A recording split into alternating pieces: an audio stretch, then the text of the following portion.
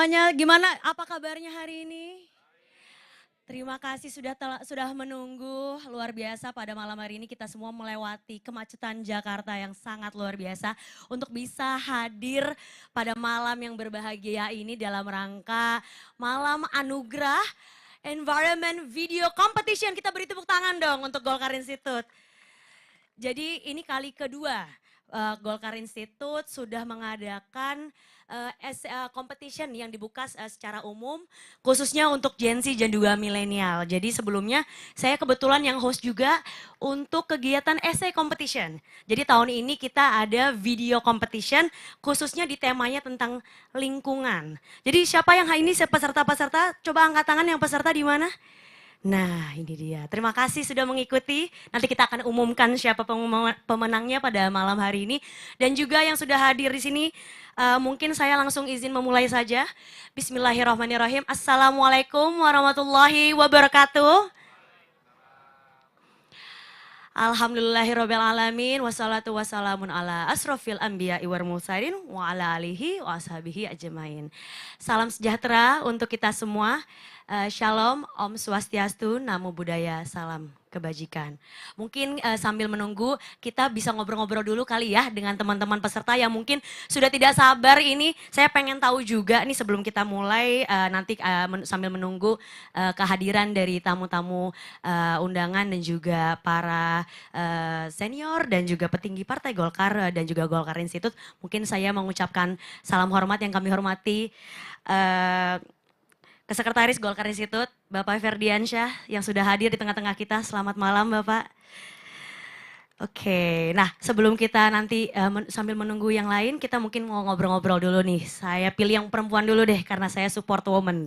Selamat malam Kak. Malam Kak. Dengan siapa? Risa. Karisa usianya berapa nih karena masuk kategorinya nih, biar mastiin. Masih 23 tapi OTW 24. OTW 24, 24 di tahun 2024 ya. Apa kemarin mengangkat tentang apa di Instagram Reels-nya nih? Kemarin ngangkat isu yang ada di Yogyakarta itu sampah gitu. Oke, boleh dijelasin sedikit Kak, mungkin kenapa sampah yang di Jogja seperti apa kondisinya?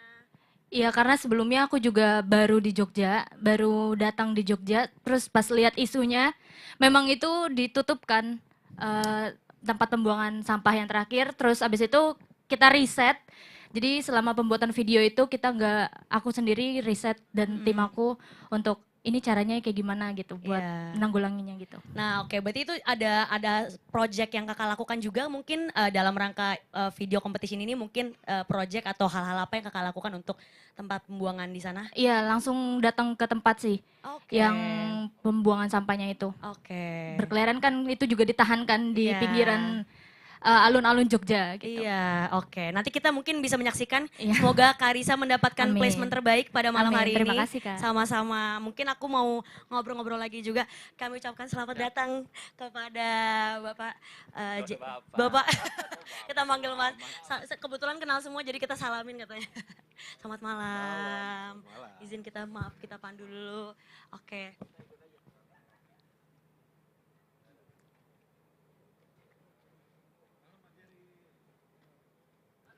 Selamat datang kami ucapkan kepada Wakil Ketua Dewan Pengurus Golkar Institute sekaligus Wakil Menteri Perdagangan Republik Indonesia, Bapak Jerry Sambuaga. Sekaligus juga beliau adalah Ketua Umum AMPI, Angkatan Muda Pembaruan Indonesia. Selamat datang, selamat malam Mas Menteri. Mas Wamen katanya. Siap. Mungkin sebelum kita mengisi... Kalau gitu mungkin sambil menunggu satu tamu lagi mungkin kita ngobrol-ngobrol satu kali lagi. Kebetulan Mas aja yang di depan saya pengen ngobrol dulu. Boleh Mas diambil mic-nya? Selamat malam, dengan Mas siapa? Dengan Mas Zaidan Kak. Kurang kenceng Mas suaranya. Dengan Mas Zaidan. Zaidan? Iya. Zaidan. Asalnya dari mana Mas Zaidan? Saya dari Depok. Dari Depok. Usianya masuk kategori Gen Z nggak nih? 19 tahun. Oke, masuk berarti ya. Berarti ini semua sudah lolos mengikuti seleksi ya. Jadi apa Mas yang kemarin diangkat di tema isu lingkungan yang Mas submit di video competition ini? Kebetulan saya hanya perwakilan Kak. Oh perwakilan, dari temen ya? Teman saya. Oke, temennya siapa Mas kalau boleh di-share? Mas Haikal. Haikal. Nah, Mas Haikal apa yang di Mas Haikal publish atau eh, upload mungkin di Instagram? Nggak tahu. Saya salah nanya berarti. Kalau gitu saya tanya dulu deh yang sudah ini. Yang peserta langsung, Mas? Mewakilkan juga atau tidak? Oke, mungkin boleh kenalan dulu dengan Mas siapa yang sudah hadir sini? Halo, salam kenal Kak. Iya. Saya Denny. Dengan? Ya, Denny. Denny. Oke, Mas Denny asalnya usianya Asalnya dari Bekasi. dari Bekasi. Usia masih 23 menuju 24. Oke, oh sama seumuran sama Karisa ya. Kemarin tentang isu lingkungan ini apa yang Mas angkat di video competition ini? Isu lingkungannya yang kita angkat dari permasalahan kita sehari-hari sih, yaitu polusi sebenarnya. Oh menarik. Apa Mas, kalau boleh kasih kisi-kisi sedikit nggak sebelum nanti mungkin siapa tahu salah satu pemenangnya hari ini adalah Mas Denny nih. Jadi setelah kita melakukan riset itu, kita kan di Bekasi nyerempet-nyerempet dikit ke Jakarta juga kan. Betul. Kurang lebih polusi itu sebagian 60%-an itu disebabkan oleh kendaraan bermotor. Karena tadi awalnya saya ngira itu tuh dari pabrik-pabrik gitu. Betul. Ternyata setelah riset, kebanyakan dari kendaraan bermotor. Iya, nah mungkin disebutkan atau mungkin di survei kah, riset kah jumlah kendaraan motor yang beredar gitu mungkin sejauh ini? Kita ngambil data aja sih. Oke. waktu itu, ya. Berapa datanya Mas kalau boleh tahu sekarang? Waduh, bukan bagian saya. Oke, ini teman-teman ya, jadi kerja tim ya, bagus. Itu yang kita perlukan teamwork ya, tapi akhirnya mengangkat tentang isu polusi udara dan mungkin apakah ada solusi-solusi yang ditawarkan di video tersebut? Sebenarnya untuk solusi kan memang banyak ya. Kebetulan yang kita pilih kemarin itu kita untuk transisi dari penggunaan bahan bakar minyak ke kendaraan listrik. Oke, nah itu dia keywordnya dari penggunaan bahan bakar minyak menuju listrik, listrik, ya. kendaraan listrik. Nah itu juga sebenarnya banyak sekali insentif yang sudah dikerahkan oleh pemerintah dan juga mungkin banyak sekali kampanye-kampanye untuk switching gitu ya, untuk merubah dari kendaraan motor yang menggunakan bahan baku minyak untuk ke listrik. Dan kita mungkin bisa sudah melihat banyak sekali inovasi anak bangsa yang sudah dilahirkan. Mungkin juga dari import mungkin ya ada beberapa brand-brand luar yang memang sudah dipakai di Jakarta, mungkin khususnya di kota-kota besar. Dan semoga ini melahirkan banyak lagi inovasi terkait dengan industri kendaraan listrik dan juga mendukung bahwa kita bisa mengurangi polusi udara dari segi tersebut. Oke, terima kasih Mas Denny. Terima kasih. Oke. Nah, mungkin kita bisa, mungkin saya mau ngobrol satu lagi deh kalau masih ada waktu. Masih ada waktu ya Mas ya? Oke, saya mau ngobrol satu lagi. Mungkin ini kakak perempuan yang satu ini, saya mau pro perempuan aja deh malam ini, nggak apa-apa ya. Kakak salah satu peserta? Oke, boleh Kak kita ngobrol-ngobrol satu kali lagi. Dengan Kak siapa Kak? Nada. Kanada, aduh suaranya lembut sekali. Kakak kelas berapa? Kelas berapa jadinya kan? Masih SMA lagi jangan-jangan enggak? Enggak, Udah kuliah. Iya. Kuliah di mana Kak? Mungkin mau share juga. UHAM Kak, Oh, UHAM Kak. Semester berapa nih? semester 5. Oh, semester 5. Jadi kalau menang lumayan ya Kak ya. Masih ada Amin. 2 tahun, 1 tahun lagi ya Iya. untuk ngabisin. Untuk bisa disubsidikan ke beasiswa nih, ke sekolahnya nih. Kemarin untuk essay competition, untuk video competition, isu lingkungannya tentang apa Kak yang Kakak highlight? Kebetulan sama sih polusi juga. Tentang Oke. polusi juga. Waduh sengit ini ya kompetisinya. Apa Kak, mungkin kalau tadi dari Mas Denny tentang listrik, kendaraan listrik, kalau Kakak melihatnya dari segi atau sisi mana? Kan di Jakarta kan emang terkenal banget tuh waktu sebelumnya kan juga apalagi Jakarta tuh kan masuk berita polusinya kan bener-bener ini Naik banget ya, naik-naiknya. betul.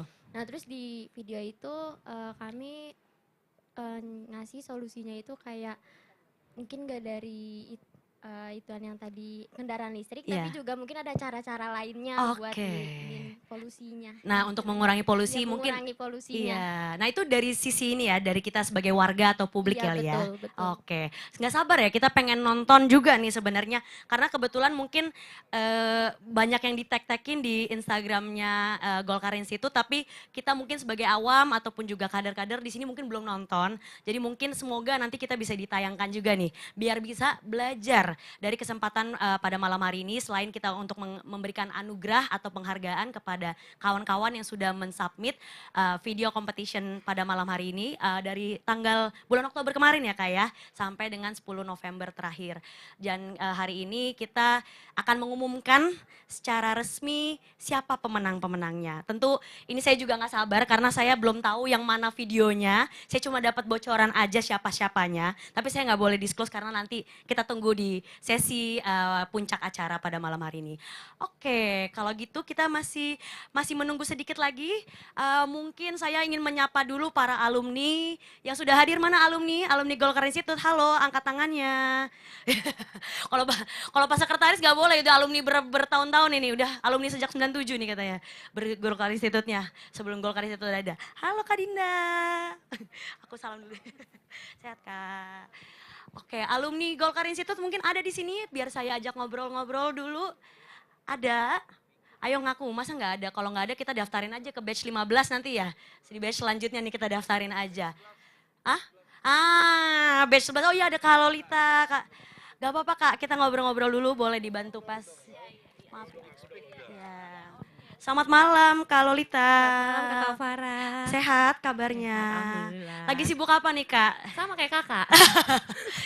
Apa dong, kita kampanye ya katanya, Kampanye, iya, keturun ke warga. Nah mungkin aku mau ngobrol-ngobrol sedikit nih Kak, pengalaman Kak Lolita sejak sudah lulus dari angkatan 11 ya Kak ya? Iya, Dari betul. angkatan 11 Golkar Institute. Kakak angkatan berapa? Aku Pertama. terlalu jauh, Oh, pertama iya. kan, Oke. di 2021 masih Iya. pandemi, jadi masih jaga jarak dan juga masih banyak, belum banyak info-info terbaru pasca pandemi. Nah mungkin kalau Kak Lolita sendiri gimana nih Kak, setelah ikut Golkar Institute mungkin apa kesan dan juga hal yang akhirnya membuat Kakak semakin pede mungkin untuk maju di kontestasi 2024? Oke, yang pastinya luar biasa dengan adanya Golkar Institute ngebuat aku lebih mengenal kayak kebijakan publik, diajarin banyak hal di dalam dan juga yang pastinya untuk mengajarnya semua itu berkompeten. Terus juga murid-muridnya pun yang ikut belajar pun itu dari semua daerah. Sangat luar biasa pengalamannya juga karena banyak bukan hanya yang biasa gitu, misalkan dia TA-nya siapa gitu, mereka tetap belajar di Golkar Institute Betul. gitu. Pengalaman yang luar biasa untuk aku sehingga memang sampai sekarang pun kita masih bisa komunikasi, misalkan ini gimana ya dapilnya seperti apa gitu. Iya. Jadi kita masih bisa dibantu sama mereka. Betul Kak Farah? Iya. Nah mungkin dari semua narasumber ataupun juga pengajar, mungkin boleh nggak Kak pilih satu yang paling berkesan bagi Kak Lolita? Kemarin karena ada Pak Ridwan Kamil baru Oke. masuk, aku suka banget dengan gayanya Pak Ridwan Kamil dengan yang fun tapi anak muda, memang masih muda. Lalu juga mengajarnya masuk ya ke kaum-kaum milenial gitu. Apa Kak yang waktu itu di-share sama Ridwan Kamil mungkin buat kisi-kisi teman-teman iya. nanti bisa ikutan di batch selanjutnya mungkin? Iya, kalau beliau lebih ke media sosial, penggalangan suara seperti apa, karena kita juga tahu bahwa beliau adalah seorang selebgram, terkenal Ya katanya juga. buka endorsan ya sekarang ya. Semenjak di kemarin Mata Najwa beliau udah mulai banyak endorsan Wah, masuk. luar biasa ya, pokoknya seperti itu sih, dia mengajarkan kita untuk penggalangan suara mungkin di media sosial, gimana caranya membuat disukai masyarakat, seperti itu. Oke, mungkin kalau Kakak boleh kasih saran nih ke teman-teman yang belum ikut, mungkin apa nih kira-kira saran ajakan mungkin untuk ikut Golkar Institute? Buat teman-teman yang belum ikut, harus ikut. Kenapa? Karena ada rahasianya. Aduh rahasianya, Iya, secret lebih recipe. pinter ya jadinya, keluarnya Iya. lebih pinter dan pastinya kita juga lebih pede untuk menceritakan tentang politik itu seperti apa. Oke, Gitu. mungkin Kakak Farah gimana? aduh ditanya balik. Kalau saya berkesan karena tadi sama kayak Kak Lolita mungkin pesertanya kita waktu itu ada dari Sabang sampai Merauke, dari Aceh sampai Papua terrepresentasi dan juga dari narasumbernya mungkin sampai di batch terakhir gitu di 14 banyak sekali narasumber yang sangat luar biasa yang dihadirkan oleh Golkar Institute, baik yang sejak dari batch pertama sudah muda sampai yang baru-baru juga banyak sekali. Nah mungkin kalau aku belum kedapatan sama Pak Ridwan Kamil karena waktu itu beliau belum masuk Golkar. Iya, betul. Jadi kita belum kedapatan, kita malah dapatnya waktu itu ada Pak Dino Patijalal, mantan Dubes Amerika Serikat, Dubes Indonesia untuk Amerika Serikat, lalu juga banyak banget deh pokoknya. Yang paling disukain siapa? Aduh, aku juga bingung ya karena banyak banget luar biasa ya. Cuma mungkin waktu itu Kang Aceh juga salah satu narasumber kita. Beliau memang memaparkan sesuatu yang sifatnya bisa mudah diaplikasikan, apalagi kalau teman-teman di sini kayak Kalolita dan lain-lain juga mau maju di kontestasi pemilu 2024 sehingga jadi lebih mantep untuk maju, Siap. punya ilmu. Oke, terima Ya, kasih Kak. Thank you Kak Farah. Terima kasih, maaf. Oke, ada lagi mungkin alumni Golkar Institute yang hadir pada malam hari ini, angkat tangannya. Ada? Ini nggak ada, ya sudah deh kalau gitu, kalau nggak ada. Nah mungkin kita menyinggung lagi, kemarin itu ada ribuan peserta yang sudah ikut dalam video competition tentang lingkungan ini. Jadi sangat menarik sekali bahwa memang isu lingkungan ini akan terus menjadi pembahasan khususnya nanti di 2024. Karena memang kita seperti yang kita tahu dunia kita sudah mengalami krisis iklim sehingga banyak sekali hambatan ataupun akibat dan juga dampak yang disebabkan oleh isu lingkungan yang tidak dijaga, isu krisis iklim ini berpengaruh kepada kehidupan kita sehari-hari. Mungkin saya balikin mic-nya dulu sebelum lupa nih. Silakan. Oke, terima kasih. Oke. Nah, jadi gini, aku mungkin mau share sedikit. Tadi mengangkat tentang polusi udara, memang kualitas udara kita itu salah satu yang terburuk sedunia. Dan dengan fakta itulah, maka banyak sekali inovasi yang dilahirkan oleh putra bangsa. Ada yang bikin kendaraan listrik, ada juga yang bikin aplikasi untuk mengamat kualitas udara pada sehari-hari. Ada juga mungkin yang melakukan seperti kayak ada tadi sudah share bahwa banyak sekali hal-hal mudah yang bisa kita lakukan. Salah satunya sebenarnya adalah menggunakan transportasi umum untuk kita berpergian. Itu adalah salah satu langkah kecil, mungkin itu di highlight juga sama Kanada ya, langkah kecil yang bisa dilakukan oleh kita khususnya anak-anak muda untuk membiasakan diri menggunakan moda transportasi umum atau publik. Seperti di Jakarta mungkin yang sudah terintegrasi, banyak sekali inovasi yang dilahirkan oleh pemerintah pusat dan juga pemerintah daerah untuk menghadirkan yang namanya transportasi umum lintas daerah. Seperti yang baru-baru sudah rilis ada kereta api cepat Jakarta-Bandung. Jadi sekarang tren-tren yang District 13, District 12 itu kerasa banget karena udah merasa kayak lagi di dalam Hunger Games gitu ya. Vibes-nya beda ya kalau masuk dari Cikampek sampai Cikampek. Iya benar, dari Cikampek sampai ke Halim gitu, vibes-nya beda banget ya. Sama juga mungkin teman-teman di sini, ada nggak yang anak angker-angker di sini, coba angkat tangan, anak kereta. Ada nggak nih yang angker-angker? Ya, angker. Ngerasain ya, desek-deseknya katanya.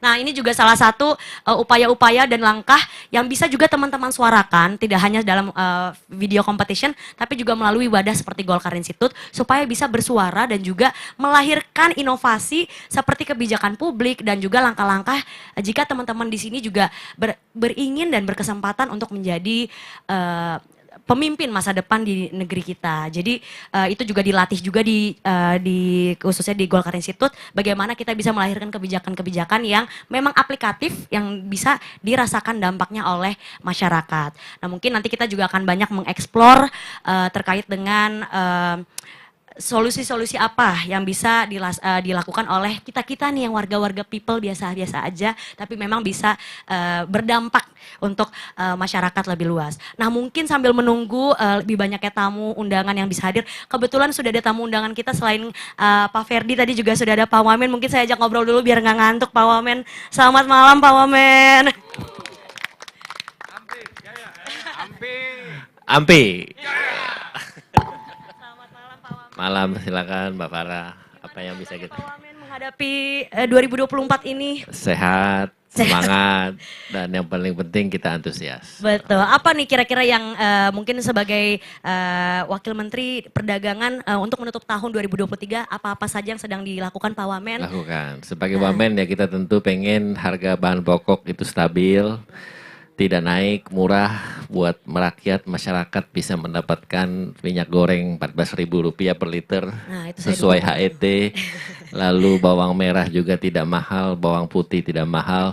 Cabai juga mudah-mudahan turun, insya Allah Desember turun, Oh, beras juga amin. mudah-mudahan turun. Jadi kita bekerja keras semaksimal mungkin memberikan pelayanan kepada publik supaya harga sembako itu aman. Oke, nah itu langkah konkret yang dari Wakil Menteri kita, Bang Jerry, yang sudah dilakukan. Nah memang ini tahunan ya Bang ya, untuk kenaikan harga pangan ini. Nah mungkin ada nggak efek dari pemilu ini yang mempengaruhi harga-harga juga di lapangan? Selain dengan iklim dan juga Iklim. akhir tahun ya. Kalau soal pemilu sih enggak ya, kita Enggak ya. udah yakin pemerintah di bawah pemerintahan Pak Jokowi, Pak Menteri Perdagangan, kami dan jajaran kita maksimal, Iya. Mbak Farah. Jadi setiap hari, setiap saat kita turun ke lapangan, bahkan tadi sebelum dari sini saya ke pasar dulu, Oh, di mana cek tuh? langsung, Di mana aman, tuh? di Keramat Jati, kita Oke, lihat, pasar cek, induk ya. aman, alhamdulillah. Oke. Jadi mudah-mudahan ini bisa menjadi motivasi buat semangat kita. Iya, Mudah-mudahan. Siap,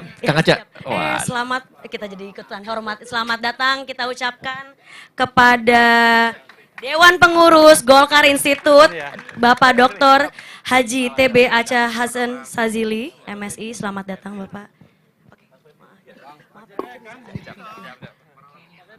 Selamat datang juga kami ucapkan kepada Faculty Chair dari Golkar Institut, Mas Mulia Amri. Oke, kita bisa.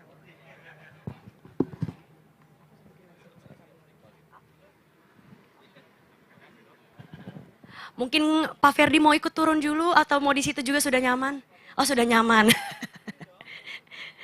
Oke, kalau begitu alhamdulillah selamat datang sekali lagi kami ucapkan kepada Ketua Dewan Pengurus Golkar Institut Kang Aceh dan juga Faculty Chair dari Golkar Institut Bapak Mulia Amri.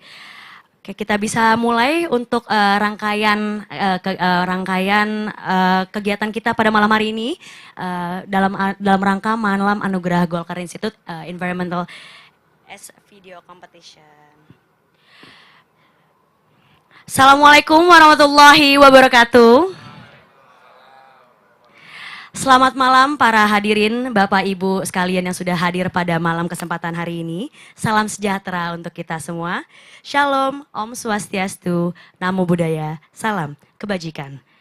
Senang sekali rasanya saya Farah Safira yang akan memandu acara yang begitu akrab pada malam hari ini dalam rangka Malam Anugerah Golkar Institute Environment Video Competition. Kita beri tepuk tangan yang meriah dulu dong. Sebelum kita masuk ke inti acara, izinkan saya untuk menyapa para tamu kehormatan yang telah hadir. Yang kami hormati, Ketua Dewan Pengurus Golkar Institut, Bapak Dr. Haji TB Aceh Hasan Sazili, selamat malam. Yang kami hormati Wakil Ketua Dewan Pengurus Golkar Institut, Bapak Jerry Sambuaga. Yang kami hormati Sekretaris Golkar Institut, Bapak Ferdiansyah. Dan tentunya Faculty Chair Golkar Institute Bapak Mulia Amri. Dan juga tentunya saya ingin menyapa para tamu hadirin yang sudah hadir pada malam ini. Halo selamat malam, ini under 40 apa under pressure katanya. Selamat malam kami ucapkan kepada Dewan Pengawas Ibu Christina Aryani. Dan juga yang sudah hadir di sini Wakil Ketua Sekretaris Golkar Institute Ibu Putri Komarudin. Dan juga kakak dewan kita sama-sama yang kami hormati. Ibu Dia Roro Esti Widyasari. Selamat malam kami ucapkan.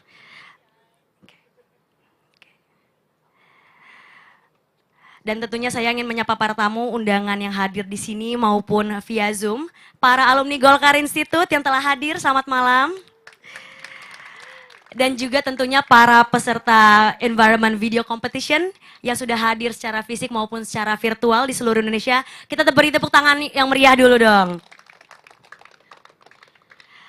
Sebelum memulai acara pada malam hari ini, marilah kita bersama-sama memanjatkan doa kepada Tuhan Yang Maha Esa sesuai dengan agama dan kepercayaan masing-masing. Berdoa dimulai.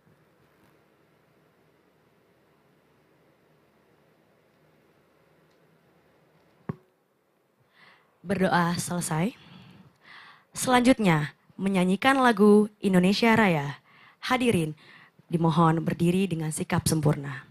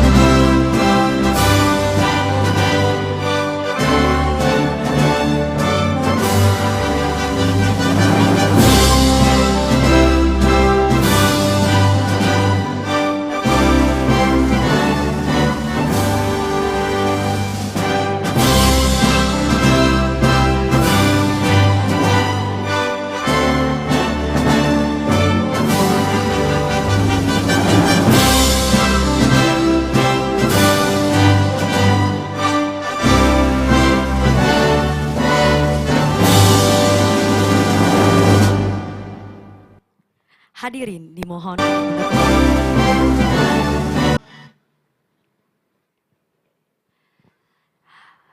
Pada bulan Oktober 2023 lalu, Golkar Institute mengadakan sebuah kompetisi karya video yang terbuka untuk seluruh Gen Z di seluruh Indonesia berusia 17 sampai 26 tahun, mengangkat tema spesifik tentang isu lingkungan di sekitarnya.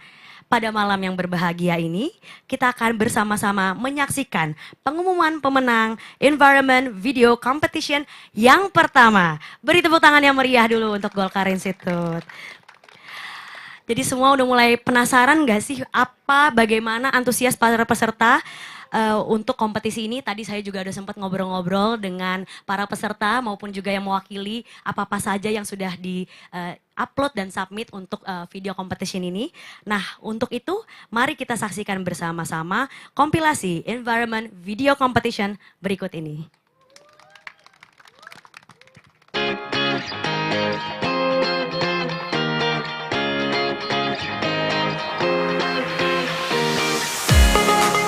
Jakarta, batikun yang semakin air merupakan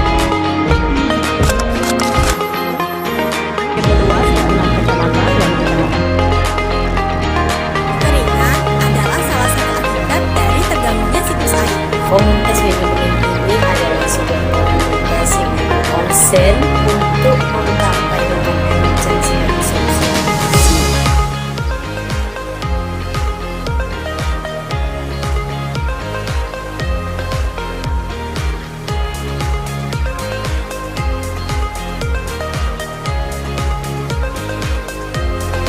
Kualitas udara di Jakarta makin hari makin memburuk akibat polusi yang terjadi belakangan ini dan menjadi perbincangan publik.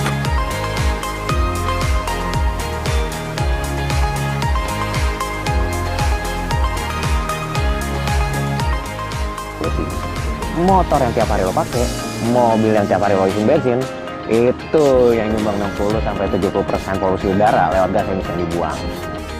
Menurut data ini, Indonesia urutan nomor 2 negara penyumbang sampah terbesar di dunia. Sedangkan menurut data ini, Indonesia masuk urutan nomor 5 negara penyumbang sampah terbanyak ke laut. Untuk mengatasi itu, pemerintah Provinsi DIY dan kota kabupaten yang ada di DIY harus bersinergi, mulai dari tingkat hulu, yakni dengan mengedukasi masyarakat bagaimana memilah sampah organik dan sampah non-organik. Pertama, menggunakan plastik. Kedua, mendaur ulang. Ketiga, pakai lagi. Kayak pakai lagi galon bekas event buat botol minum. Oleh karena itu, kerjasama antara pemerintah dan masyarakat menjadi sangat penting dalam mengatasi situasi ini. Menurut data World Resource Institute pada tahun 2013 lalu, terdapat 36 negara dengan tingkat stres air yang sangat tinggi. Indonesia tergolong sebagai negara dengan tingkat stres tertinggi.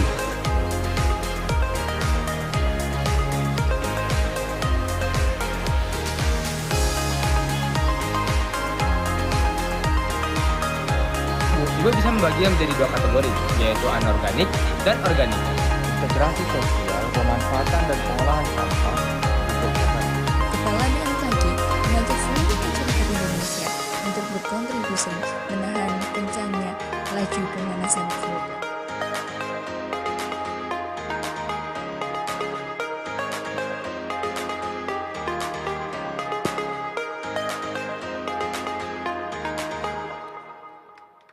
Oke, kita tepuk tangan dong, luar biasa sekali ya.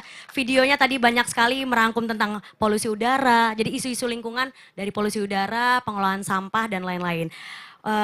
Sebelum kita mengumumkan pemenang, kebetulan saya dapat kisi-kisi ada 13 pemenang pada malam hari ini dari 106 video submission. Jadi luar biasa, ini bagus sekali untuk mendorong, kebetulan di depan-depan kita ini adalah pemimpin-pemimpin bangsa bisa mendorong terlaksananya kebijakan yang akan mendukung terlaksananya isu lingkungan ini semakin lebih baik lagi. Selanjutnya, mari kita dengarkan bersama sambutan dari Ketua Dewan Pengurus Golkar Institute, Bapak Dr. Haji TB Aceh Hasan Sazili, MSI. Kepada Bapak Aceh, waktu dan tempat dipersilahkan.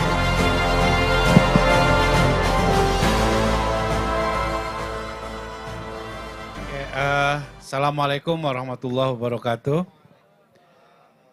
Selamat malam.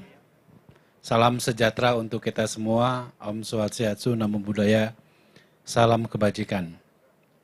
Yang saya hormati Sekretaris Golkar Institute, Kang Ferdiansyah atau Bro Ferdi. Saya nggak tega nyebut Om. Yang saya hormati Dewan Pengawas, sis tapi ya udahlah, kakak Kristina. Yang saya hormati Ketua Umum AMPI, Wakil Menteri Perdagangan, Mas Jerry. Oh, ini senior AMPI. Yang saya hormati Kakak Putri, anggota Komisi 11, yang juga Wakil Sekretaris Golkar Institute. Yang saya hormati Kakak Roro, anggota Komisi 7. 7 kah? 7, yang juga tenaga pengajar tetap di Golkar Institute. Yang saya hormati Mas Muli, ya, Faculty Chair, Mas Raji, Adit, Dinda, dan tentu teman-teman sekalian. Saya lihat ini anak buahnya Mas Jerry yang didampingi oleh Sekjen AMPI. Dan para nominator penerima kompetisi video tentang lingkungan yang diselenggarakan oleh Golkar Institute, baik yang hadir secara fisik maupun yang hadir secara virtual. Pertama, ide tentang video kompetisi video lingkungan ini merupakan tindak lanjut dari apa yang selama ini dilakukan oleh Golkar Institute, yang memang walaupun Golkar Institute menitik beratkan kepada 3 pilar di dalam proses pembelajarannya, yaitu pilar ekonomi, politik, dan kepemimpinan, namun isu tentang lingkungan itu selalu menjadi bagian dari kurikulum yang diajarkan di pendidikan Golkar Institute. Nah, isu tentang lingkungan ini bagi kami menjadi sangat penting untuk menjadi satu perspektif dalam back mind kita semua. Karena keberlanjutan dunia ya tergantung sejauh mana kita memiliki kepekaan terhadap isu lingkungan ini. Nah, tentu kita sudah banyak mengetahui, terutama saya kira seperti Kakak Roro yang selama ini memiliki concern terhadap isu environment dan juga climate change gitu ya, yang ya itu sudah seharusnya menjadi bagian dari perspektif kita di dalam berbagai pengambilan kebijakan. Saya sendiri di Komisi 8 ya, itu soal disaster selalu juga menjadi hal yang tidak bisa dipisahkan dari isu soal lingkungan dan isu tentang perubahan iklim. Karena itu dari apa yang dilakukan oleh Golkar Institute selama proses pendidikannya yang sudah 14 batch telah menunjukkan satu perhatian yang khusus terhadap isu lingkungan ini. Dan isu lingkungan ini apalagi kita support Mas Muli ya oleh Packard Foundation dari Amerika, dan saya kira ini sesuatu yang mungkin saya kira juga harusnya menjadi isu yang terus diseminasikan kepada anak-anak muda terutama di kalangan partai sendiri. Dan saya kira di kita ini kan belum begitu sangat kuat soal isu lingkungan seperti halnya di negara-negara seperti Eropa yang ya beberapa partai bahkan menisbatkan dirinya kepada isu lingkungan, Green Party salah satunya misalnya. Jadi karena ini menyangkut dengan keberlanjutan kita. Mungkin kalau kita sudah selesai dengan isu agama ya atau isu tentang bonus demografi kita sudah selesai, mungkin ke depan kita harus memilih isu lingkungan atau environment ini sebagai satu hal yang menjadi perbincangan di kalangan anak-anak muda. Dan saya kira saya agak surprise dengan respon anak-anak muda terhadap kompetisi ini, karena tadinya tentu saya menganggap bahwa nanti ya akan datar-datar aja, tapi ternyata setelah diumumkan oleh Golkar Institute mengadakan acara kompetisi ini, ternyata antusiasmenya cukup tinggi, ada 106 yang mendaftar dan mereka telah menyerahkan, dan itu tentu sangat membanggakan buat kita semua, dan malam ini akan diumumkan. Jadi saya tentu mengucapkan terima kasih kepada teman-teman sekalian yang telah berpartisipasi dalam video kompetisi ini, dan terutama saya mengucapkan terima kasih nanti kepada Mas Jerry, Kakak Putri, Kakak Roro, dan nanti mungkin Kakak Christine yang akan memberikan satu pandangan kepada kita tentang bagaimana isu lingkungan harus menjadi perspektif bagi anak-anak muda kita. Dan saya kira kalau AMPI udah selesai lah, bukan hanya isu perdagangan ya, tapi isu lingkungan juga menjadi sesuatu yang, dan kita ingin menunjukkan bahwa Golkar Institute di mana di dalamnya selalu memiliki perhatian terhadap sustainability atau sustainabilitas dari dunia ini melalui isu lingkungan dan perubahan iklim. Sekali lagi saya juga mengucapkan terima kasih Mas Muli yang intent terus, dan Kang Ferdi ya, kalau Kang Ferdi pasti pendidikan terus, tapi kalau soal isu lingkungan tentu juga harus menjadi bagian dari kurikulum kita Pak Ferdi ke depan, karena keberlanjutan bumi tergantung dari sejauh mana kita meresponnya. Selamat kepada siapapun yang nanti akan terpilih, dan terima kasih kepada semuanya. Ya, saya ingat waktu kita menyusun Koalisi Indonesia Bersatu itu, kita ingin 3S tuh, ya, sehat manusia, sehat ekonomi, sehat bumi. Nah, penting juga ini sehat bumi. Terima kasih. Assalamualaikum warahmatullahi wabarakatuh.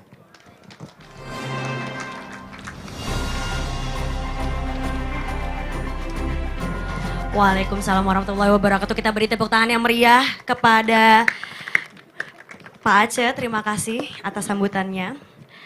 Nah, langsung saja kita masuk pada inti acara yang ditunggu-tunggu. Pengumuman pemenang Golkar Institute Environment Video Competition.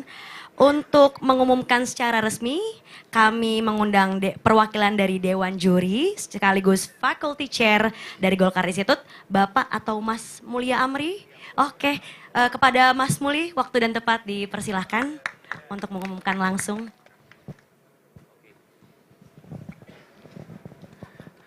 Assalamualaikum warahmatullahi wabarakatuh. Selamat malam buat kita semua. Salam sejahtera, Om Swastiastu, Namo Buddhaya, salam kebajikan. Merupakan sebuah kebanggaan bagi kami untuk sampai ke titik ini di kompetisi ini. Dan kita senang sekali malam ini ada Pak Aceh, Pak Jerry, Bang Banjir dan teman-teman dari AMPI di sini tentunya. Pak Ferdi, Mbak Kristina, Kakak Putri, Kakak Roro yang udah hadir di sini juga. Sebuah kebanggaan dan tentunya di sebelah sini ada para pemenang ya yang nantinya akan diumumkan. Dan siapa yang di sini yang alumni Golkar Institute? Banyak di sini ya. Terima kasih. Dan dari Dewan Juri juga ada Mbak Ria Yusnita, ada Mas Rudi Setiawan ikut hadir di sini. Sebenarnya ada satu lagi Mbak Dara Nasution. Dan kita senang sekali tadi sudah disebutkan bahwa banyak yang menyerahkan videonya dan kita harapkan video ini semua bisa viral. Kita semua harus bantu video ini agar bisa viral karena isu-isu lingkungan hidup harus terus kita angkat. Dan dari 106 konten yang masuk tadi itu, 76 memenuhi syarat untuk kita lakukan penilaian, penghitungan scoring, dan akhirnya 13 yang terpilih. Apa kriterianya dalam scoring tersebut? Ada dua secara sederhana. Ada dua. Yang satu adalah kontennya sendiri atau isunya. Jadi seberapa dalam teman-teman peserta ini menggali isunya. Seberapa bagus isu itu ditampilkan secara konten. Seberapa baik bisa menggugah orang untuk ikut merasakan pentingnya isu lingkungan hidup. Dan yang kedua adalah soal kreativitas, soal visualnya. Seberapa niat teman-teman membuat videonya, melakukan editing, dan lain-lain. Sehingga kelihatan ini menjadi sebuah video yang bagus, yang kalau saya terima, saya pun dengan senang hati akan men-share ke teman-teman semua. Jadi dengan ini izinkan saya untuk mengumumkan para pemenangnya. Kita ada 13 pemenang, itu terdiri dari 6 orang pemenang yang memenangkan kompetisi ini setiap minggunya gitu ya. Jadi ada 6 minggu kompetisi ini berlangsung dan ada 2 orang pemenang kita pilih. Jadi untuk minggu ketiga saya undang aja ya langsung ya, ada 6 orang yang menjadi pemenang mingguan. Jadi untuk minggu ketiga ada 2 orang, minggu kedua 2 orang, dan minggu ke-1 juga 2 orang. Untuk minggu ketiga saya ingin panggil Mas Patrick Torang Simamora dari Riau. Silakan Mas Patrick gabung ke sini ke depan. Mas Patrick menjadi salah satu pemenang di minggu ketiga dan topik video yang diangkat adalah sampah, Mas Topik. Dan yang kedua dari minggu ketiga juga ada Mas Septiono Eko Pralismana dari Jawa Timur. Ada Septiono Eko Pralismana dan mengangkat topik tentang air. Berikutnya dari minggu kedua ada 2 orang pemenang minggu kedua, Alfian Rijal Abdillah dari Jawa Tengah mengangkat isu tentang sampah. Dan yang juga memenangkan untuk minggu kedua ada Lutfilah Azizah Fikriyah dari Jawa Barat dengan mengangkat isu daur ulang sampah. Oke. Dan 2 orang yang menjadi pemenang untuk minggu pertama ada Rizka Yulianti dari Jawa Timur yang mengangkat isu soal pemanasan global iklim. Dan dari minggu pertama juga ada pemenang yaitu Lalu Reno Fikrian dari Yogyakarta yang mengangkat isu soal sampah. Oke, kita lanjut ya. Demikian adalah pemenang, 6 orang pemenang, 2 untuk setiap minggu. Dan mereka berhak untuk hadiah masing-masing 1 juta rupiah. Mari kita berikan aplaus untuk ke-6 pemenang ini. Berikutnya saya lanjut untuk mengumumkan juara favorit. Ada 4 juara favorit ya. Ada 4 juara favorit. Yang pertama adalah Fadlin Hasan dari Aceh yang mengangkat topik soal banjir. Ada juga Fadlin. Keren ya. Aceh banjir. Lalu kemudian pemenang favorit yang berikutnya Adani Rahmanda dari Bali. Dari Bali mengangkat isu soal perubahan iklim. Ada langsung Mas Adani Rahmanda. Silakan. Yes, dari Bali Mas ya. Silakan berdiri di sini. Dan berikutnya Alia Yusa Salsabila dari Jawa Timur mengangkat isu soal sampah. Ya, Mbak Alia. Silakan Mbak Alia. Terima kasih. Dan pemenang favorit yang keempat adalah Denny Fernando dari Jawa Barat mengangkat isu soal pemanasan global. Silakan Kang Denny. Oke, baik. Baik, terima kasih Mas Muli untuk para pemenang juara favorit. Kita undang mohon kesediaan Ibu Christina Aryani beserta Kak Putri Komarudin untuk memberikan hadiah secara simbolis.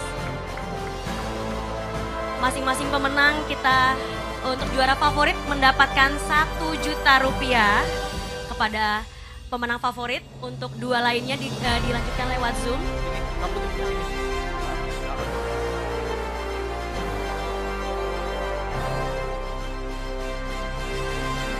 Kita foto bersama dulu di tengah. Ya, kita lihat.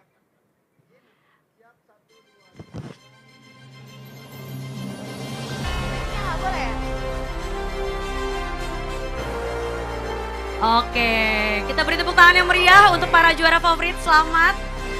Ini langsung dieksekusi nih sama para pengambil kebijakan nih, jangan-jangan. Iya, betul.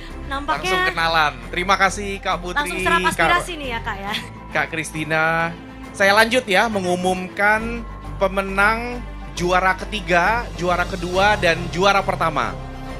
Juara ketiga ada 1 orang yaitu Dino Dinasti Haryanto dari Tangsel dengan nilai total 704 mengangkat tema soal polusi udara. Berdua ya, kelompok ya. Bertiga, oke. Siapa aja namanya? Ada Dino, Muhammad Arifin Nila, Mama Nada. Oke, baik. Terima kasih. Ya. Inilah mereka mensubmit video secara kelompok ya. Untuk itu mohon kesediaan Bapak Ferdiansyah untuk memberikan hadiah secara simbolis.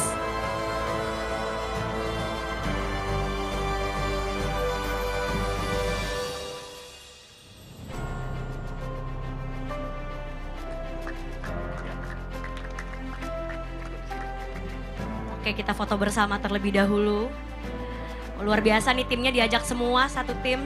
Mungkin the next Pandawara.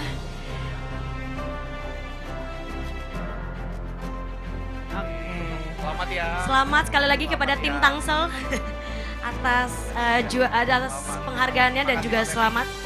Selanjutnya, mungkin bisa dilanjutkan lagi Mas Muli. Kita lanjutkan, sekarang juara kedua. Oh ya, tadi saya belum mengumumkan bahwa juara ketiga berhak mendapatkan hadiah secara kolektif sebesar 5 juta rupiah. Iya. Selamat untuk juara ketiga, lumayan ya, kita bisa bagi-bagi bertiga. Dan sekarang juara kedua. Juara kedua ini berhak mendapatkan hadiah sebesar 10 juta rupiah. Lumayan banget. Kita panggilkan Risa Maulidina Putri dari Yogyakarta. Selamat Kak Risa. Iya Kak Risa, sekelompok mengangkat topik soal sampah. Iya, selamat. Sendiri atau ada kelompoknya? Berdua? Yang satu nggak bisa cuti. Oke, mohon kesediaan Bapak Jerry Sambuaga untuk bisa memberikan hadiah secara simbolis. Selamat sekali lagi. Sama juga dengan Ibu Dia Roro bisa bergabung juga di atas panggung.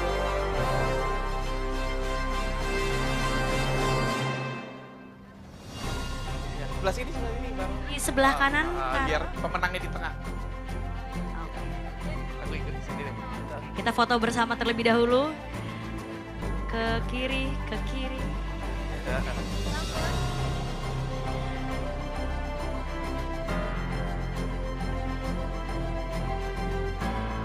Senang sekali dapat 10 juta nih rupanya. Terima kasih, selamat kepada Kak Risha dan juga timnya Kak Dewi dari Yogyakarta. Selamat. Lumayan Kak buat sekolah. Oke, lumayan ya. 10 juta di Jogja bisa dapat apa aja, Mbak Risa? 10 juta di Jogja dapat apa aja? Bisa dapat banyak, Pak. Oh, banyak ya. Ringan katanya tadi. Sip. Kita umumkan juara 1 ya. Juara 1 dengan total nilainya ini paling tinggi 727, juga dari DIY mengangkat tema soal air. Nuri Husnaini yang akan diwakilkan langsung oleh Mbak Adinda karena kebetulan berhalangan untuk hadir dan nanti ikut mewakili lewat Zoom juga. Iya. Ada penonton lewat Zoom ya. Nuri Husnaini, Anda dan kelompok yang membuat video ini layak mendapatkan hadiah sebesar 15 juta rupiah. Oke, untuk itu kami mengundang bersama-sama Kang Aceh Hasan Sazili untuk bisa memberikan hadiah secara simbolis. Ini mewakili saja. Kang Nuri Bang Nurinya bisa join lewat Zoom ya. Jadi kita akan nanti kirimkan langsung hadiahnya ke Yogyakarta.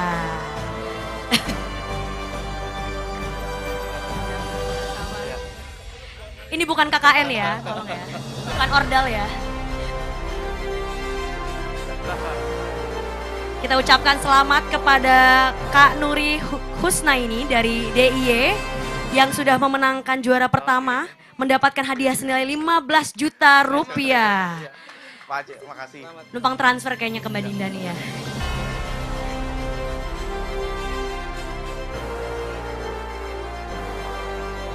Baik, terima kasih kepada Mas Mulya Amri. Selamat, sekali lagi kita tepuk tangan dong untuk para peserta Environment Video Competition.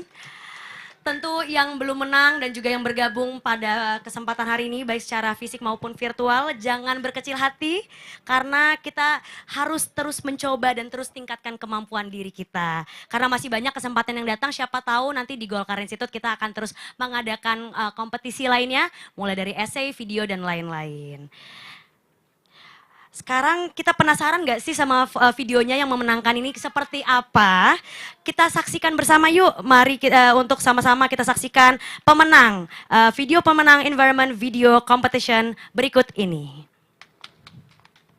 Pencemaran di atas 151 dapat menyebabkan gangguan kesehatan bagi setiap orang. Ya elah, berita hoak ini mah, buat nakut-nakutin doang, gak kemakan gua. Itu berita lu bilang hoaks. Emang lu gak lihat keadaan sekitar lu sekarang? Apakah udara yang lu hirup itu aman untuk kesehatan lu? Aman lah, ini buktinya nih. Kan aman, gak aman, aman. Enggak. Dikasih tahu, kok malah ngeyel. Iya. Coba lihat sekitar elu dengan seksama polusi udara makin melanda kota Jakarta. Segala cara dipakai untuk mengatasinya, dari uji emisi dan siram air di udara. Men gak zaman lagi, men gede pala. Lu lihat rumah sakit banyak yang kena ispa. Jangan sampai lu jadi salah satu pasiennya karena gak peduli sama lingkungan elu tinggal. Udah stop. Gua tahu gua salah, gua yang gak peduli sama lingkungan. Tapi gue juga bingung apa yang harus gue lakuin biar gue terhindar dari polusi ini bisa cepat-cepat mereda. Oh alah, lu bingung. Ngomong dong dari tadi, jangan ada berita lu bilang hoax padahal itu isinya fakta. Ya udah sini, gue bantu jelasin. Kualitas udara di Jakarta makin hari makin memburuk akibat polusi yang terjadi belakangan ini dan menjadi perbincangan publik.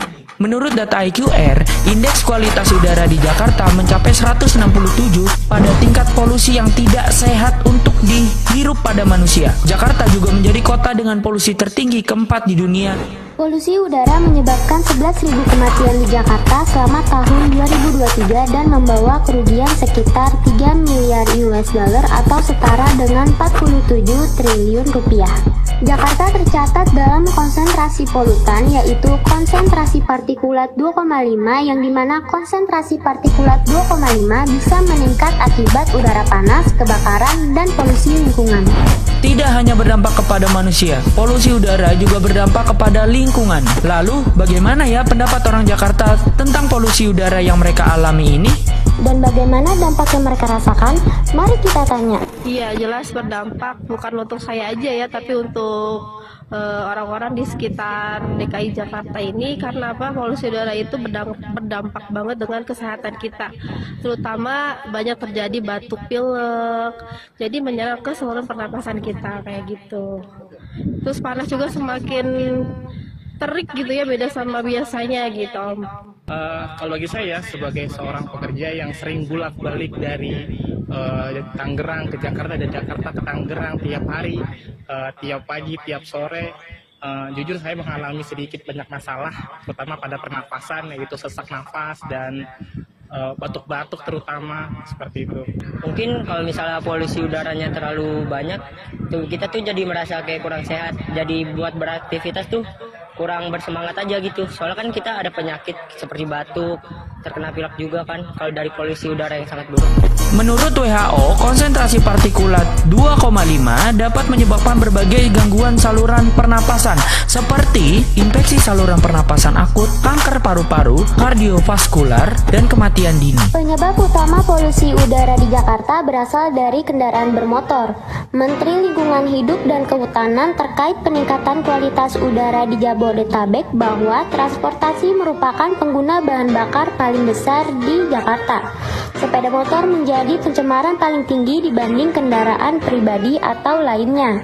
Lalu bagaimana caranya kita mengurangi dan mencegah polusi udara? Jangan encingnya babe, yo mari kita cegah polusi udara yang ada di Jakarta. Lakukan berapa cara agar kita tetap sehat, pernapasan terjaga tanpa harus kena ispa. Transportasi umum bisa jadi solusinya karena bisa kurangi gas emisi rumah kaca, tanam tanaman anti polutan, lidah mertua, dan banyak yang lainnya. Jangan asal bakar sampah sembarangan karena itu bikin udara tercemar.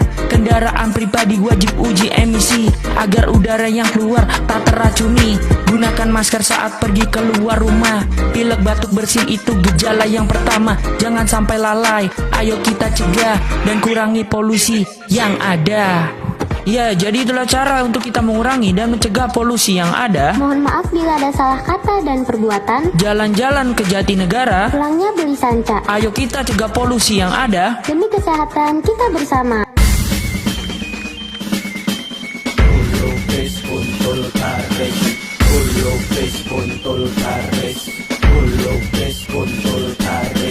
Yogyakarta, seperti yang kita tahu, adalah kota yang istimewa, menghadirkan kecantikan yang tak terlupakan. Apa yang kamu cari di Jogja? Pantai? Ada. Seni dan sejarah? Ada. Kuliner? Banyak. Apa yang kurang? Simak video ini sampai akhir. Selamat datang di Yogyakarta, kota budaya yang memukau. Namun, ada satu perbincangan utama di sini.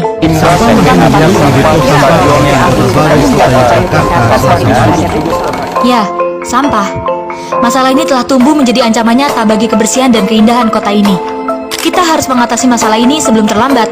Bagaimana caranya? Zero Unorganic Trash adalah suatu konsep yang bertujuan untuk mengurangi sampah yang tidak terurai seperti plastik dan logam. Dalam jangka yang panjang, gerakan Zero Sampah Anorganik di Yogyakarta akan memiliki dampak positif yang mencakup beberapa aspek penting. Pertama, transformasi menuju lingkungan yang sehat dan bersih.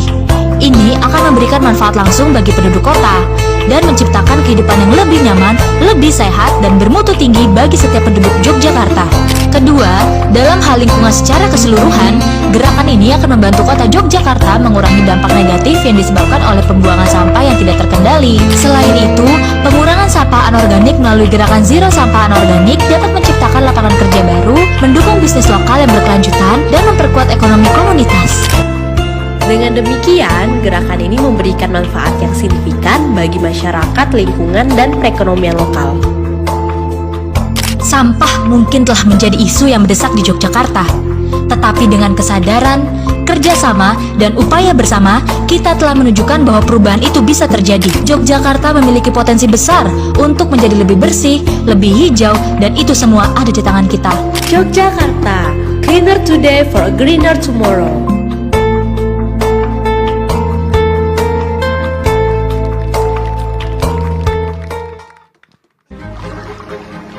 Air itu sumber kehidupan bagi seluruh makhluk hidup yang ada di bumi. Air memang tidak akan pernah habis loh, tapi kegiatan yang kalian lakukan dan gejala alam yang terjadi dapat mempengaruhi siklus air loh. Jadi kita harus mengimbangi dengan pemeliharaan dan pengelolaan air yang baik. Kekeringan adalah salah satu akibat dari terganggunya siklus air. Kekeringan dapat terjadi karena suatu wilayah tidak mengalami hujan dalam kurun waktu yang lama, sehingga kandungan air yang ada di dalam tanah berkurang atau bahkan tidak ada. Kekeringan juga dapat terjadi karena suatu masyarakat tidak dapat mengelola sumber daya air yang ada secara baik. Apa ya yang bisa kita lakukan untuk mengantisipasi apabila terjadi kemarau panjang lagi? Salah satu warga Sleman, Yogyakarta yang akrab dipanggil Buning punya solusinya. Saya Sri Wahyuningsih yang biasa dipanggil Buning, dan saya kebetulan sebagai ketua komunitas Banyu Bening. Komunitas Banyu Bening ini adalah sebuah komunitas yang memang konsen untuk mengkampanyekan air hujan sebagai solusi air bersih. Nah, itu air itu mengalir masuk ke paralon 6 in, 10-15 menit hujan pertama itu dia akan mengalir di sini. Jadi debu-debu halus itu akan masuk ke sini. Di dalam pipa ini ada bola plastik yang seukuran diameter paralon 6 in. Ini berfungsi untuk sistem manual. Jadi kalau air hujan ini sudah penuh, dia kena hujan ini kan otomatis kan bergejolak kan gitu kan. Nah, debu ini akan turun ke bawah. Nah, setelah itu penuh, dia akan menutup arah ke 3 in. Di dalam tutup ini ada dakron namanya, 6-8 lapis, ketebalan 1 cm. Semakin lembut dakronnya semakin bagus. Jadi setelah itu air ini sudah penuh masuk ke dalam tandon, sudah langsung layak minum. Kita tahu bahwa saat ini isu krisis air, dampak dari kekeringan panjang ini tentu membuat satu masalah, dan ini sering setiap tahun terjadi ya. Yang poin paling penting untuk kita bisa meyakinkan masyarakat adalah dengan contoh nyata. Jadi kita harus melakukan dulu. Kita harus melakukan kemudian dilihat. Karena contoh kecil tadi ada anak-anak minum. Kalau anak-anak minum ini kalau ditanya, loh minumnya kok di sini? Iya, karena di sini air hujan gitu. Kita selalu punya permasalahan yang sama setiap tahun.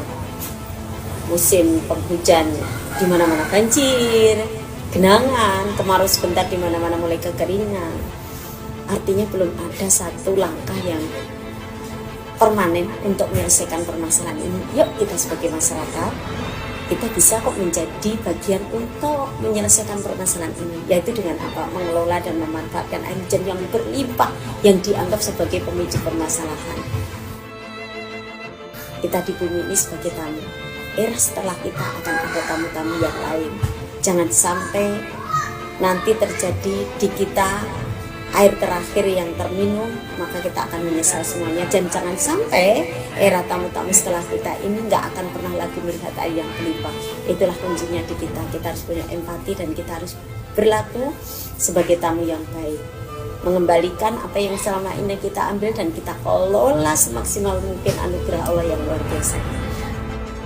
Mungkin sebagian dari kita memang tidak pernah merasakan kekeringan, tapi tidak ada salahnya kan kalau kita turut melakukan apa yang sudah komunitas Banyu Bening lakukan agar kita dapat turut membantu sesama untuk mendapatkan air yang layak untuk dikonsumsi. Yuk mulai berubah untuk kita dan untuk generasi yang akan datang. Oke, kita beri tepuk tangan yang meriah untuk ketiga pemenang. Jadi tadi yang pertama itu di juara ketiga, lalu yang kedua juara kedua, dan yang terakhir ini tentang air itu di juara pertama. Nah, tentu punya pesan-pesan tersendiri dan memang sangat berdampak untuk kehidupan kita. Semoga video-video yang telah memenangkan competition ini bisa menjadi pelajaran untuk kita semua yang ada di sini.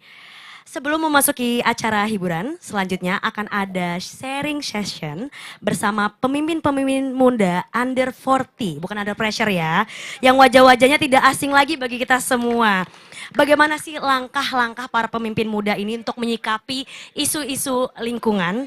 Tidak berlama lagi, mari kita undang moderator pada sesi kali ini, Mas Razi Akbar Sabardi. Beri tepuk tangan dong untuk Mas Razi. Ampi! Izin Pak Aceh memfasilitasi sesi ini. Teman-teman yang berkesempatan hadir, kita hadirkan politisi-politisi muda under 40, eksekutif dan legislatif, yang memang juga berkecimpung secara langsung memperjuangkan aspek-aspek lingkungan di ragam sektor.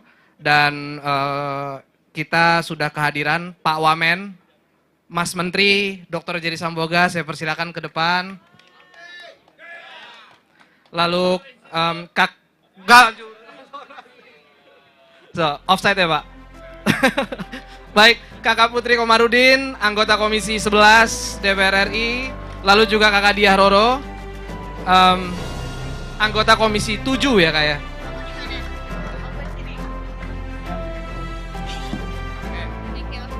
Kita akan chit-chat dan nanti teman-teman bisa juga bertanya, ada sesinya, saya kasih kesempatan. Baik, langsung saja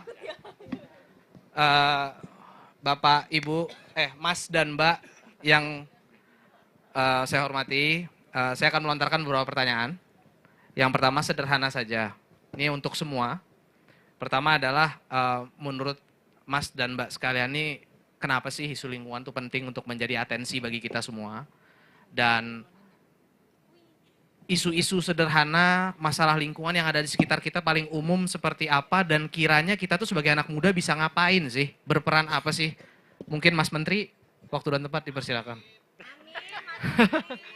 Oh iya, Mas Wamen. Silakan Tum. Ampi Daddy. Baik, makasih teman-teman yang saya hormati, Kang Aceh, Pak Rektor Golkar Institute. Makasih Bang Ferdiansyah, senior-senior, Mbak Kristina dan kawan-kawan, Sekjen AMPI dan kawan-kawan AMPI. Jaya! Makasih.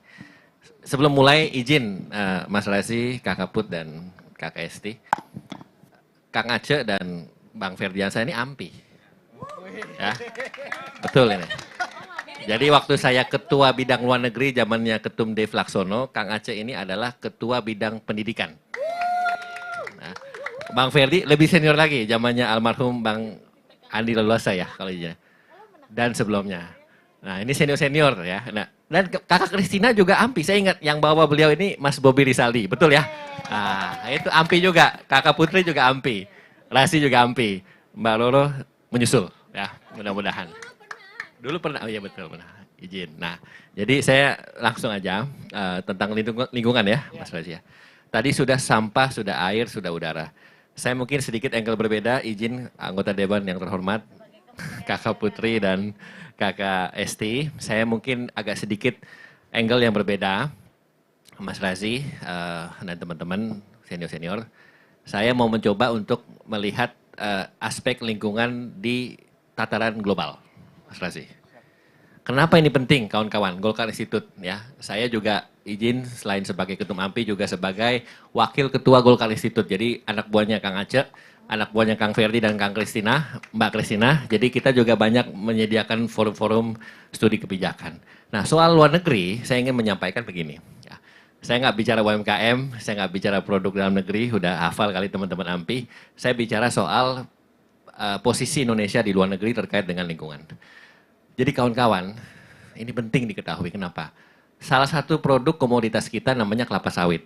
Mungkin Mbak Esti dan Mbak Putri juga sudah tahu. Itu diblok oleh Uni Eropa, ya, oleh European Union. Saya tahu persis ini kenapa, karena saya ketua delegasinya tahun 2020. Kita tuntut Uni Eropa tahun 2020 bulan Februari. Kenapa? Karena Uni Eropa itu menganggap kelapa sawit kita itu mencemarkan lingkungan. Kenapa mencemarkan lingkungan? Karena menurut mereka sawit kita itu banyak membabat hutan. Banyak merusak hutan kita. Banyak merusak area alam kita. Nah, jadi mereka menganggap kita tidak friendly dengan environment. Nah, kita melawan ini Kakak Put, Kakak Esti dan Mas Rasi. Karena kita tidak merasa kita membabat lingkungan untuk kelapa sawit. Jadi singkat cerita, Kang Aceh, Kang Ferry, kita lawan ini, kita tuntut balik Uni Eropa di forum WTO. Kebetulan saya ketua delegasi dari Kementerian Perdagangan pada saat itu, dan kami menuntut itu berargumentasi dengan Uni Eropa. Jadi kami datang ke WTO, Kang Aceh, Kang Ferry. Tepatnya ke WTO, ke Swiss, ke Jenewa. Saya nggak cuma dari Kemendak, saya memimpin delegasi dari perindustrian, SDM, LHK, BUMN, dan beberapa kementerian termasuk Kejaksaan Agung. Karena kita menuntut mereka.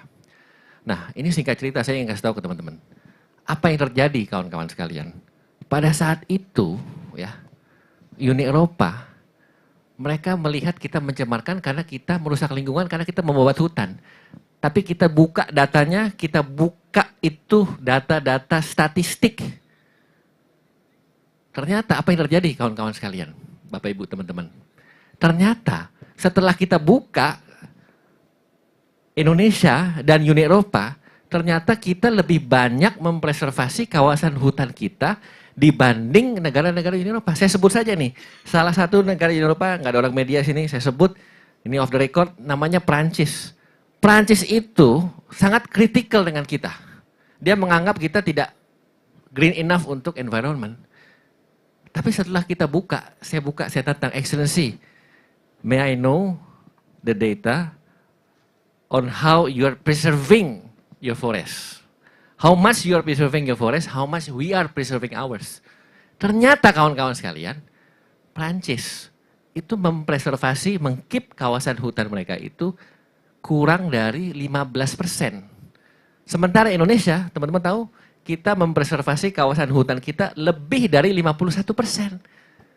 Jadi kalau mereka menganggap itu alasan lingkungan, tidak tepat. Jadi mereka memakai alasan-alasan lingkungan mengatakan bahwa Indonesia tidak mempreservasi kawasan hutan. Padahal mereka kurang dari 15%. Ternyata, Kang Ferdi, Kang Aceh, ternyata tahu nggak apa alasannya? Bukan soal lingkungan, Mas Razi. Ternyata soal harga. Ternyata soal cuan. Kemarin saya dengan teman-teman AMPI baru nonton nih film Gampang Cuan. Literasi keuangan, ya, literasi tentang bagaimana kita memplanning keuangan. Ternyata, kawan-kawan sekalian, Uni Eropa itu, ya, produk-produk lokal mereka seperti rapeseed, sunflower, dan lain-lain itu, harganya itu 5 kali lipat lebih mahal dibanding kelapa sawit kita. Jadi mereka nggak bisa compete dengan CPO kita. Makanya mereka ngeblok sawit kita, mereka melarang sawit kita untuk masuk ke Uni Eropa. Jadi gitu Kang Aceh, Kang Ferdi. Jadi soal harga, bukan soal lingkungan. Makanya saya bilang ke Uni Eropa, ini saya sampaikan ada rekamannya di video. Saya bilang, kawan-kawan Uni Eropa, kalian tahu, kalian sangat hipokrit, sangat munafik. Kenapa? Karena kalian mempermasalahkan soal lingkungan. Padahal ini bukan soal lingkungan, ini soal harga. Soal harga, 5 kali lipat harganya produk mereka itu lebih mahal daripada kelapa sawit kita. Nah itu saya bilang yang kedua, di mana selama ini Uni Eropa yang selalu mendengung-dengungkan soal kesetaraan, soal keadilan, soal keterbukaan. Di saat yang sama mereka ngeblok sawit kita. Jadi saya bilang ini nonsense. Makanya kita tuntut Uni Eropa tahun 2020, proses sampai sekarang 2023, dan saya yakin ini Desember keluar hasilnya, saya yakin Indonesia menang. Yakin. Jadi izin Mas Razi, bukan karena ketua delegasinya ketua umum AMPI, ya, tetapi karena kita punya argumentasi yang solid. Kita lawan itu di Eropa, kita lawan dengan argumentasi data yang faktual. Pejuang. Nah, tepuk tangan buat Sekjen AMPI. Ya. Yang kedua, ini sedikit sebelum Kakak Putri dan Kakak Esti melanjutkan. Bagaimana ada Menko Perekonomian kita, Pak Ketum kita, Pak Erlangga Hartarto 3 bulan yang lalu mengatakan ada namanya peraturan EUDR, KKSI dan Kak Putri pasti tahu betul, European Union Deforestation Regulation. Apa itu? Ini penting untuk diketahui kawan-kawan GI. Jadi ada Eropa memberlakukan peraturan, dia memaksa 7 jenis komoditas, kopi, kayu, lalu kelapa sawit, karet, ya, dan 3 jenis lainnya itu dia tidak boleh masuk ke Uni Eropa kalau 7 jenis komoditas ini berasal dari hasil deforestasi. Ya, jadi kelapa sawit kita, kopi kita, karet kita, kedelai kita dianggap merupakan hasil pembabatan hutan. Nggak boleh masuk ekspor ke Uni Eropa. Pak Erlangga, saya kutip kata-katanya bilang begini, ini adalah imperialisme kebijakan. Imperialisme kebijakan, bayangkan ini ada negara-negara Uni Eropa memaksakan pemikirannya yang subjektif kepada negara lain untuk memblok komoditas. Dengan alasan lingkungan. Nah sekarang saya tanya, standar soal lingkungan bagaimana yang mereka pengen terapkan kepada kita? Ini yang mesti kita kritisi, Kang Aceh, Kang Ferdi, Kang Kristina, Kakak Putri dan Kakak Esti. Kita itu mesti tegak berdiri melawan pemikiran-pemikiran yang munafik, yang sempit, yang tidak adil, yang seolah-olah seakan-akan lalu mengatakan mereka lebih bagus. Enggak seperti itu. Kita punya posisi, kita punya stance, kita punya objektivitas yang ilmiah, yang rasional terhadap komoditas yang kita tanam. Siapa Uni Eropa memaksa mengira kita tahu apa yang kita bisa tanam. Itu yang penting. Nah ini mungkin perspektif sedikit beda. Makanya saya ingin sampaikan kepada teman-teman GI, ini penting. Lingkungan itu adalah definisi yang harus objektif. Jadi jangan sementang-mentang mereka merasa lebih maju, mereka merasa lebih awal berdirinya negara, terus mengatakan bahwa Indonesia tidak bisa berhak untuk mengatur komoditas apa yang mau diekspor. Tidak seperti itu.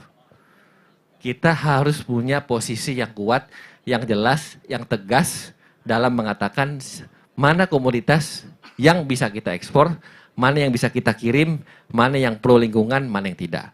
Nah, kadang-kadang negara lain tidak memahami hal itu. Nah, itulah fungsinya Kementerian Perdagangan. Ya, kita bukan promosi Kemendak ini Kakak Put, Kakak Esti. Ya, tapi saya ditugaskan Bapak Presiden secara khusus, secara spesifik untuk masalah dunia internasional, masalah komoditas nasional, masalah bagaimana kita memperjuangkan komoditas kita untuk berdiri sama, berdiri sesuai dengan tingkatannya dan diterima di masyarakat global. Nah, jadi Mas Rasi dan kawan-kawan, saya ingin tekankan, standar definisi lingkungan yang sehat itu kita mesti kaji. Jangan kita cuma lihat dari Eropa saja, dari Amerika saja. Tapi kita mesti lihat dari sesuatu yang sifatnya objektif. Apalagi kita, kalau ngomongin sawit, Kakak Putri, Kakak Esti, kita eksporter terbesar di dunia. Eksporter terbesar di dunia. Kemarin saya dari India, Kang Ferdi, Kang Aceh, kita joint mission sama Malaysia. Kita lawan itu orang-orang Eropa, dia nggak bisa ngomong. Kenapa? Karena because it is true. Karena memang kita staying true to ourselves. Gimana kita memastikan komoditas kita itu bisa masuk ke luar negeri. Itu yang kita kurang. Itu yang mungkin negara lain merasa kita kurang, padahal kita enggak. Jadi intinya, saya nggak mau panjang lebar, intinya adalah kita harus punya posisi. Jadi objektivitas, policy yang tidak bias itu penting. Nah, kita berjuangnya di level tatanan dunia internasional dan juga tentunya regional dan nasional. Tepuk tangan buat Tum Jerry. Jadi mungkin itu Mas Rasi. Siap. Sebagai pembuka, sebagai pemantik silakan Kakak Put dan Kakak Esti. Luar biasa ya teman-teman, ternyata nggak hanya dalam negeri, ada juga pejuang di luar negeri. Nih Mas Wamen.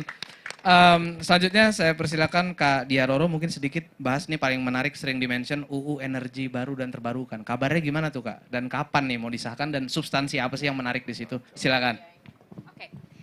Baik, terima kasih. Bismillahirrahmanirrahim. Assalamualaikum warahmatullahi wabarakatuh. Yang saya hormati, yang sangat amat luar biasa, Ketua Golkar Institute, siapa dulu? Kang Aceh. Senior kita yang alhamdulillah kita juga belajar banyak sekali dari beliau dan senang di sini juga dihadiri oleh teman-teman dari Golkar Institute, bahkan yang di luar dari Golkar Institute juga hadir ya. Jadi alhamdulillah kita bisa bersilaturahmi. Yang saya hormati Kang Ferdi dan juga Kakak Kristina, luar biasa, dan Mas Wamen, Kakak Put, dan semuanya yang tidak bisa saya sebut satu persatu. Jadi mungkin langsung ke topiknya tadi ya, sedikit update bagi teman-teman di sini yang belum tahu bahwa kalau saya saat ini alhamdulillah diberi amanah untuk berada di Komisi 7. Jadi Komisi 7 itu sangat amat inline dengan isu-isu yang berkaitan mengenai energi, riset inovasi, dan juga industri. Jadi tadi udah di-highlight ya Mas ya mengenai RUU energi baru dan energi terbarukan. Ini salah satu insya Allah terobosan yang kami harap bisa hadir untuk bukan hanya mensejahterakan masyarakat tapi membuka peluang agar kita bisa seutuhnya bertransisi dari energi fosil yang bisa dibilang, bukan bisa dibilang, memang pada dasarnya sangat tidak baik gitu ya untuk lingkungan kita, menjadi energi yang lebih ramah lingkungan. Jadi energi-energi yang terdapat bisa dari matahari, bisa dari angin, dari gelombang dan lain sebagainya, hingga geotermal juga termasuk di dalamnya. Nah saat ini kita tadi saya senang sekali ya pemaparan dari Kak Wamen gitu, itu luar biasa karena pada dasarnya semua itu yang kita perjuangkan di luar negeri ada dampaknya untuk apa yang terjadi di negara Indonesia. Jadi salah satu landasan hukum yang kemudian menjadi dorongan untuk kita gigih untuk merealisasikan RUU EBET adalah Undang-Undang Nomor 16 Tahun 2016. Dan ini mengenai pengesahan Paris Agreement. Tadi interesting banget ternyata Paris itu mempunyai karakter yang menarik ya, ternyata berkaitan mengenai komitmen mereka terhadap lingkungan. Tapi intinya adalah di ajang Paris Agreement ini kita mempunyai target untuk mengurangi emisi karbon sebesar 30%. Mohon maaf, 29% di tahun 2030 dan ini nominalnya sudah meningkat sejak pertemuan tahun lalu di Mesir. Jadi pada kegiatan COP itu kemudian kita tingkatkan targetnya menjadi 31%. Ini sedikit hujan tapi mudah-mudahan kita tetap semangat ya teman-teman. Ini kita tetap semangat. Tapi intinya adalah dari itu tim AMPI udah langsung pakai pelindung baju gitu. Nah itu dari situlah menjadi basis di mana untuk mengurangi emisi karbon kita telusuri lagi nih komponen atau sektor apa saja yang berkontribusi cukup masif terhadap emisi karbon kita di negara Indonesia. Tadi sudah di-highlight, forestry sector is one of the largest contributors to our CO2 emissions. Tapi di samping itu juga sektor energi. Sektor energi ini kurang lebih berkontribusi sebesar 30% terhadap total emisi karbon kita. Nah oleh karena itu kami di Komisi 7 kembali lagi bahwa segala sesuatu hal itu diawali dengan niat dan political willingness ya. Dan kalau di DPR mengingat bahwa bukan hanya Partai Golkar saja yang ada di situ gitu. Jadi kita sudah gigih gitu, udah mempunyai kepastian bahwa ini yang harus kita dorong, tapi belum tentu itu menjadi prioritas untuk partai-partai lainnya. Nah, oleh karena itu dari situ kita melakukan lobbying politik hingga kemudian bahkan akhirnya seluruh partai sepakat untuk kita dorong sebuah kebijakan di mana kita bisa turut andil dalam menciptakan masa depan yang berkelanjutan. Nah oleh karena itu ini sudah bertahun-tahun Mas, jadi udah this is the third year kita membahas tentang RUU ini dan ternyata tidak segampang itu teman-teman. Dan alhamdulillah DPR itu sangat amat terbuka terhadap segala bentuk masukan dan opini dari lintas sektor. Kita undang private public sector untuk hadir, kita undang para akademisi, kita undang para aktivis untuk paling tidak menyampaikan persepsi mereka ataupun apa yang menurut mereka patut untuk kita perjuangkan. Nah, dari berbagai macam pembahasan yang sudah dilakukan. Hingga saat ini kita sudah menyelesaikan pembahasan DIM. Dan kemarin baru saja rapat, Mas. Jadi kita rapat gabungan dengan beberapa kementerian, dihadiri oleh Kementerian Menteri SDM, Wamen LHK, lalu kemudian perwakilan dari Kementerian Keuangan juga hadir waktu itu, dan lintas kementerian lainnya, including perindustrian. Utusannya kebetulan Pak AGK sedang tidak enak badan waktu itu, jadi tidak hadir. Nah, tapi pada intinya kita menyamaratakan persepsi. Undang-undang EBET ini diharapkan bukan hanya untuk mengurangi emisi karbonnya saja, tapi dari situlah ada beberapa hal-hal yang kemudian bisa mendorong dan mempercepat proses yang kita inginkan. Jadi misalnya, bagaimana undang-undang itu hadir untuk bisa mendorong research and development, research and innovation yang dibutuhkan untuk sektor ini. Lalu kemudian bagaimana dengan skema subsidinya, bagaimana kemudian kita bisa mengintegrasikan kebijakan-kebijakan yang sudah dibicarakan, misalnya mengenai kemarin itu carbon tax. Carbon tax itu pajak karbon gitu. Nah, ini juga merupakan salah satu hal yang kita bahas kemarin. Lalu kemudian bagaimana industri-industri yang selama ini sudah menginstall dan memaksimalkan energi yang bersih di misalnya menggunakan solar panels dan lain sebagainya. Apakah mereka kemudian mendapatkan some kind of bukan fee ya, tapi intinya reward lah intinya untuk bisa melakukan itu. Banyak sekali hal yang kita atur di dalam undang-undang ini. Kami berharap bahwa saya sih setiap tahun ngomongnya gini ya, tapi saya jadi merasa dosa gitu kalau misalnya ngomongnya mudah-mudahan tahun ini itu bisa ketok gitu. Tapi intinya adalah di masa periode ini kami berharap itu bisa selesai dan bisa menciptakan undang-undang yang bermanfaat untuk masyarakat. Jadi sebelum, let's see. Mungkin saya nggak mau janji, tapi intinya kita tetap fight dan mudah-mudahan undang-undang ini bisa hadir untuk masyarakat. Luar biasa, tepuk tangan. Tahu betul dinamikanya kayaknya berat ya Mbak ya. Sempat Juni, sempat Oktober, sempat ya. Setelah pemilu ujungnya. Periode depan ujungnya kayak ini EBT. Baik, selanjutnya Kakak Putri mungkin sedikit penasaran nih Kak soal pengembangan dan penerapan teknologi berkelanjutan. Nah, mungkin Kakak Putri punya perspektif bagaimana sih strategi ekonomi hijau dalam mewujudkan hal tersebut. Mungkin terakhir ya teman-teman, karena udah mulai hujan. Cemas. Karena sudah mau hujan, I'll keep it short and sweet. Assalamualaikum warahmatullahi wabarakatuh. Selamat malam bos-bos saya yang di depan, yang paling ganteng Kang Aceh, Om Ferdi. Tetap harus Om, karena nggak boleh. Ini orang tua saya dari sejak umur TK ya Om ya, kita tetanggaan. Kakak Kristina, Pak Wamen, Mas Wamen, Mbak Roro, Mas Muli, Mbak Dinda, Mas Razi, Mas Adit, mati pula dia. Mas Adit, ngambek loh dia. Mas Adit, nah ya Mas Adit, Kakak Sekjen, Ampi. Dan teman-teman, kita masih waketum kan? Masih, alhamdulillah. Dan tentu teman-teman pemenang video competitionnya Golkar Institute, tepuk tangan lagi buat teman-teman sekalian.